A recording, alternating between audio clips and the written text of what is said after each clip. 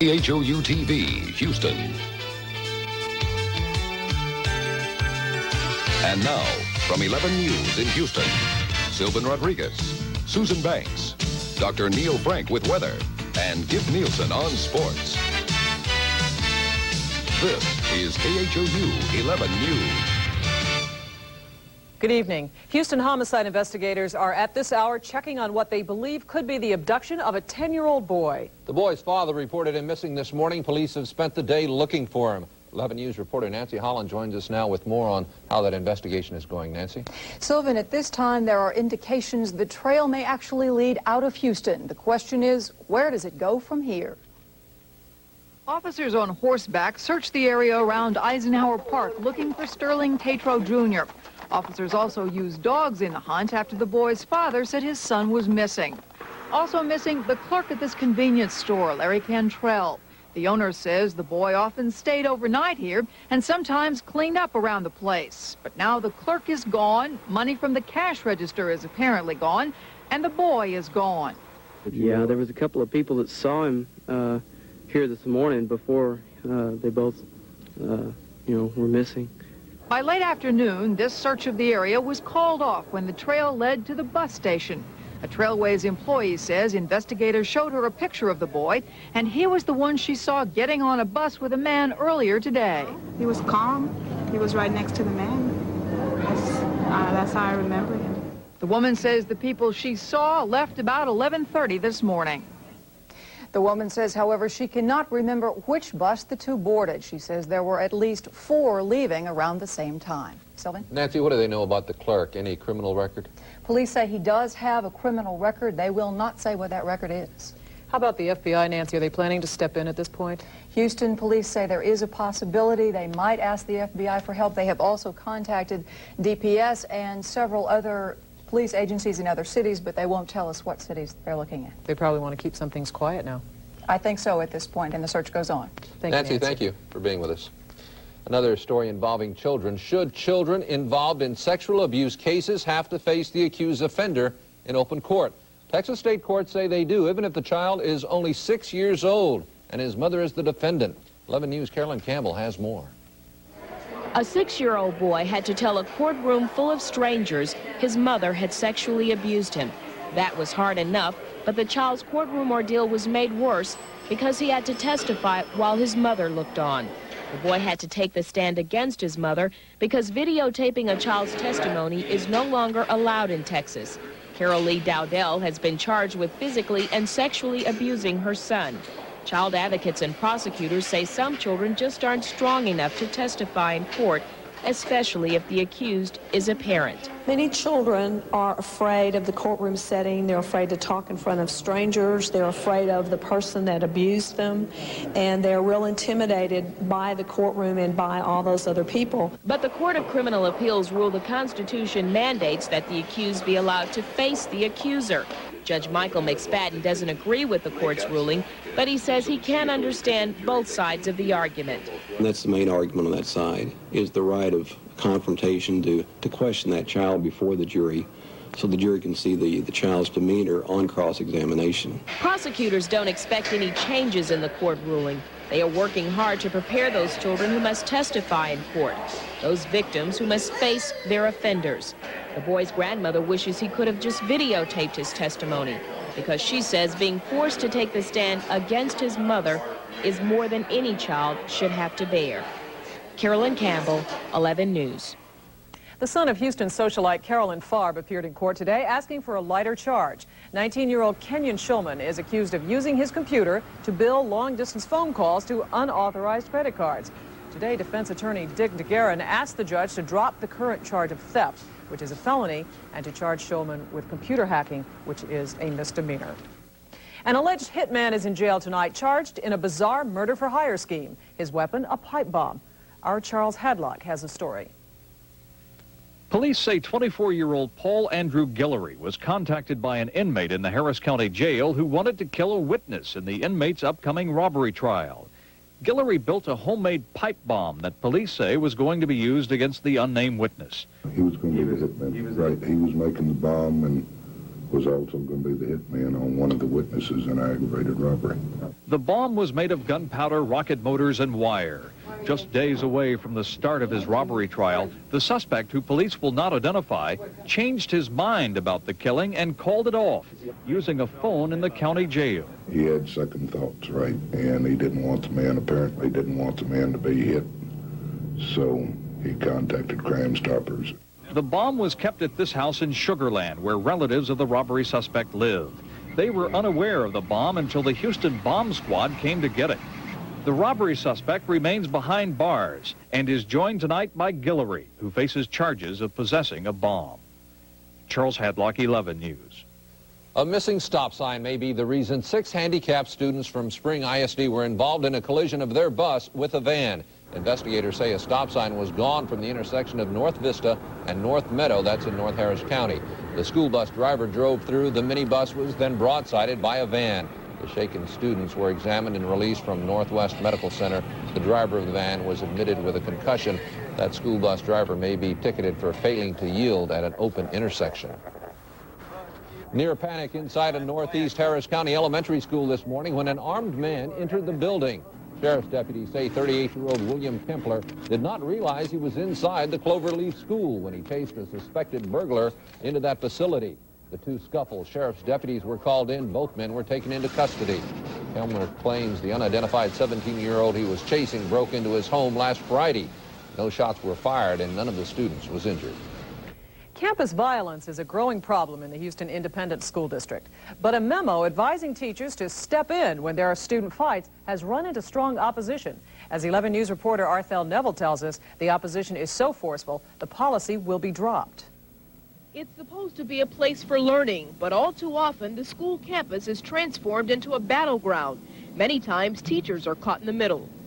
When I see a fight in the hall or some other situation, instead of handling it myself, I'm going to hit that panic button, and hopefully the assistant principal, or a police officer, or security guard is going to come up and handle it. This 7-page memo says teachers should do just the opposite. It advises them to intervene in physical confrontations between students. But by breaking up a fight, teachers say they risk being accused of mishandling students, plus they could risk their lives.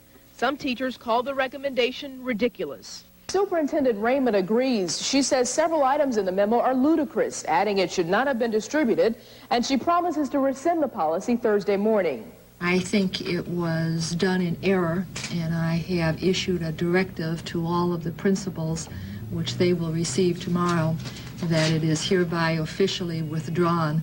Raymond says teachers and principals should use good sound judgment in disciplining students until a program acceptable to everyone can be developed. Arthel Neville, 11 News. Still to come here on 11 News at 6, possible double dealing in the city water department involving hundreds of thousands of dollars. And a move is underway to snuff out pot smoking at rock concerts. And later, Neil Frank with a forecast that keeps looking better and better. Stay with us. Big questions tonight about how the City of Houston's Public Works Department conducts business. There is now word of an investigation being launched into possible fraud, computer tampering, and awarding hefty funds to businesses that actually owe the city money. Our Deborah Martine has the story. 2 Houston Center uses hundreds of thousands of dollars worth of city water every year. But according to one Houston council member, it may not have had to pay for even one drop. The company denies this. However, council member John Goodner says he's been looking into questionable practices in the Public Works Department for 2 years. He thinks the city's department is letting some businesses get advantages worth thousands of dollars. Commercial property owners have been allowed to close out accounts, use the risk deposit to bring payments current, then reopen accounts without posting any deposits. I don't know whether these problems in the commercial accounts are the result of carelessness, ignorance, fraud, or a combination of all. But we have got serious problems in that department that need to be addressed now. Obviously, you have some very serious accusations, which, if they are true, will result in substantial numbers of heads being rolled, most likely. Goodner thinks there may be problems with the department's computer files. Someone may have illegally entered the system and changed bills. The department is now tightening access into its computers. Meanwhile, city leaders held a meeting to discuss Goodner's allegations. An hour later, City Controller George Grenius said he's ready to hire outside auditors to do some checking. The information that Mr. Goodner gave us, I think, raises some very reasonable questions. Grenius doesn't know how long the audit will take, but he plans to look at every transaction on questionable accounts to determine if they were justified or involved possible criminal activity. Deborah Martine, 11 News. Well, the problems at the water department were not the only things council had to tackle today. Houston has had a hard time enforcing the law when it comes to marijuana smoking at rock concerts. But a letter from an angry parent now has some council members saying it's time to try and snuff out the joints. Bill Jeffries reports. At many rock and roll concerts, people in the crowd smoke marijuana, as Alexander Mota found out when he took his 13-year-old daughter to a recent concert by Bon Jovi in the Summit. It was very obvious what was going on. The people that were doing it were very careful about them. They were very secretive, passing the joints back and forth. So quite frankly, I was really shocked. As Mota learned, at a sports event in Houston, it's illegal to smoke anything in the stands. However, since tobacco smoking is legal at concerts, it's easier for pot smokers to slip by. If we mean business about getting rid of drugs, we should not condone marijuana consumption in our public buildings by silently sitting by and letting the smoke go through the loophole. Tinsley received a letter from Mota and says it's time for marijuana laws to be enforced at concerts. But with big crowds involved, some police say a riot could result. There's no way you can enforce that law after the concert has started and not get somebody hurt. Police officers and citizens alike. What to do about stores that sell drug paraphernalia is also being considered by council. One store selling pipes and drug use equipment was recently driven out of its location by public pressure.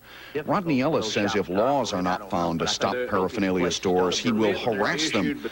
John Goodner had a suggestion. I don't know what that guy was up in Tennessee that went around with a ball bat, but that is a form of harassment. We may have to resort to that. Harassment in that form might do wonders. The American Civil Liberties Union blasted the council members, saying they should stick to legal warfare in their fights. Bill Jeffries, 11 News. And Ellis hopes that city nuisance ordinances can be used to legally crack down on paraphernalia stores. Well, let's talk about weather now. It was a beautiful day, Doc. Is it warm enough for you yet? I know you don't like it cold. No, but it might be by the weekend, because we're looking for this warming trend to continue for the next several days. We'll talk about it when we come back.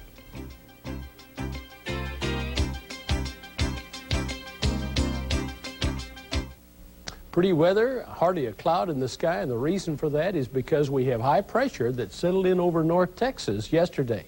We still have that storm system off the east coast of the United States. And as we put the satellite pictures in motion, you're going to see the clouds moving with the storm system, but also watch this little area of snow from Oklahoma on up into the Ohio Valley, because you're going to see it persist in there. All right, now let's put it in motion. There you can see the clouds off the east coast, but here's that little bank of snow.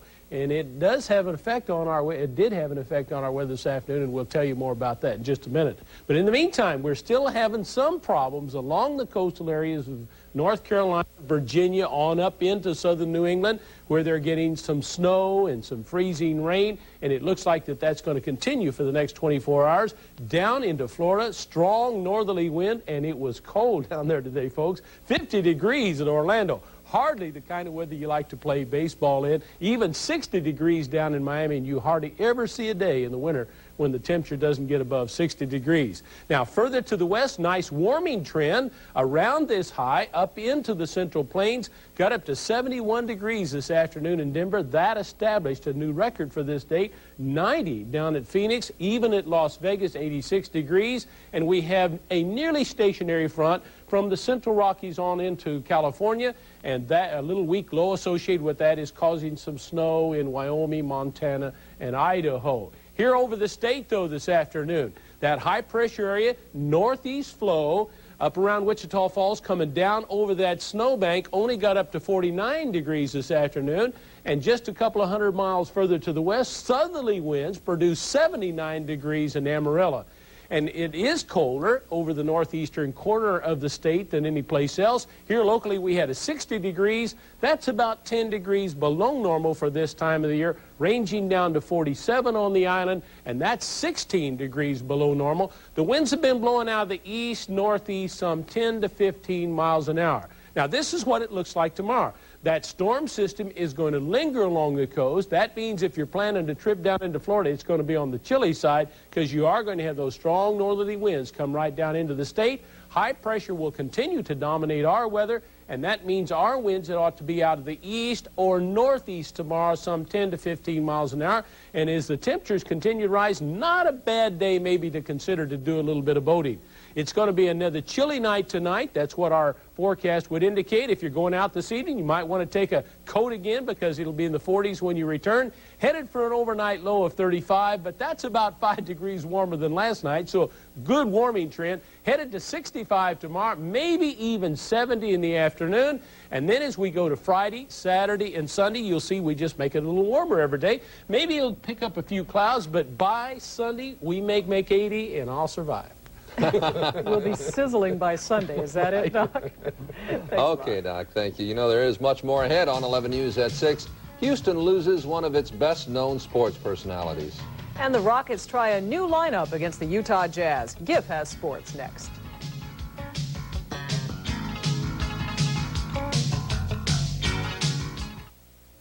I know you're going to talk about Paul Bosch, and Susan and I had a chance to work with him during that telethon. We liked recently. him a lot. Nice he was a great person, no question about it. Community-oriented, great person. One of the city's most recognized sports figures passed away last night, of course, is Paul Bosch, the man who gave more than 30 years of wrestling, or to wrestling, suffered a heart attack at his home. He was 76. Bosch did everything for the sport, first as a wrestler, later as an announcer and a promoter. Perhaps he is most famous for a commercial he did for a jewelry store when he wore an earring. But in his youth, Bosch was also a World War II hero. He captured many German prisoners, and he has gone back over the years and has become friends with the prisoners he captured and their families. And he would go back from time to time to visit these people in Germany and still corresponds with them. That gives you an indication of what kind of human being he was. He had a great sense of humor. In fact of the matter is, I have a cast of his cauliflower ear up in my office, made out of bronze. But it's going to be a great loss, not only to me, but to the city. Outside the ring, Bosch was involved with many charitable causes, including last January's United Cerebral Palsy Telethon, which was shown here on Channel 11. He will be missed by many. The Astros dropped another close exhibition game, 4-3 to the Reds today. Despite the loss, there were some bright spots, however. Outfielder Billy Hatcher went 3 for 3, and slugger Glenn Davis smacked his 4th home run of the spring. Jim Clancy pitched 3 innings, allowing only 1 run. The Reds scored the winning run off left-hander Dan Schatzadar.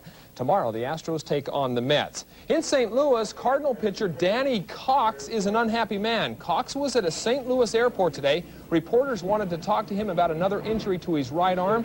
Cox was in no mood to talk, and in fact, he pushed one cameraman backwards over a chair. Cox later apologized, but the cameraman is still very upset. The Rockets play one of their more important games of the season tonight in Salt Lake City. They are going against the Utah Jazz, a team which leads the Rockets by 3 games in the Midwest Division. Getting a start for the first time in a Rockets uniform is Walter Berry. Coming off the bench in Sunday's game against the Lakers, Berry scored 10 points, pulled down 7 rebounds to help spark the Rockets. The only thing that really kept me back from playing him was he wasn't really acclimated to what we're doing yet, and he still doesn't know everything, but I can't help but put him in. Judging on his play against the Lakers, I felt that I have no other choice but to play him. In the 3 games versus the Jazz this season, the Rockets have won both games played here in the Summit, but lost the other game at the Salt Palace. The University of Oklahoma has decided to suspend basketball player Mookie Blaylock for 1 game following his arrest over the weekend. Blaylock is in the starting guard position for the second-ranked Sooners, but was arrested outside a convenience store on Sunday. Blaylock pleaded no contest today to an amended charge on disturbing the peace. He was ordered to pay $69 in court fees and given a 6-month deferred sentence. The University of Houston is getting ready for this weekend's Southwest Conference basketball tournament. Today, the Cougars practiced without forward Richard Hollis. He has fluid on his left knee, so he was just a spectator this afternoon as his teammates prepared for A&M Friday night. Hollis should be close to full strength by Friday, but Pat Foster has to be asking himself what more can possibly go wrong this season. It's been something almost every week since the season started, but again, we have to remain positive and look for the best in everything, but I just hope Richard can play for his sake because he's had a great year. It's not really bothering me or nothing like that. They just want me to take extra precautions, you know, don't let it swell up any more than what it has been, and they want me to take a couple days rest on it. The Cougars also got the news sophomore Craig Upchurch was named to the All-Southwest Conference team. Upchurch averaged better than 18 points a game. Rice is also going to the Southwest Conference tournament, and they got some good news today. Dana Hardy and Kenneth Rourke were named to the All-Conference newcomer team. We'll hear about them, or hear from them tonight at 10 o'clock. All right, yeah. Thank you. Thanks. Also coming up tonight at 10, Houstonian Lloyd Benson puts his Democratic weight behind Republican John Towers' ailing nomination. And Eastern Airlines struggles to stay aloft as pilots and machinists stay off the job. We'll see how furloughed employees regard the company right now. Those stories and an update on the case of the Lake Houston 10-year-old who is reported missing, possibly abducted. Hope you can join Marlene McClinton for the news tonight at 10. And finally tonight, Big Business and Houston Public Schools held an annual get-together aimed at improving students' futures. 150 business leaders met with students and teachers to find out how to improve the educational experience for the students. 3 executives from Houston's Bechtel Incorporated, an engineering and construction firm, talked to Bel Air High School students. They say it's time companies show youngsters how to prepare for life after graduation. There's somewhat of a disconnect between some of the kids going to school and what the world needs, and I think we can help that. Almost all the schools in HISD have been adopted by a local company. The businesses plan to offer students internships in the companies to help them with their futures. Good idea, good plan. Hope it works. Yeah. That's our news. Thanks for joining us. We'll see you tomorrow at noon. Good night. Good night.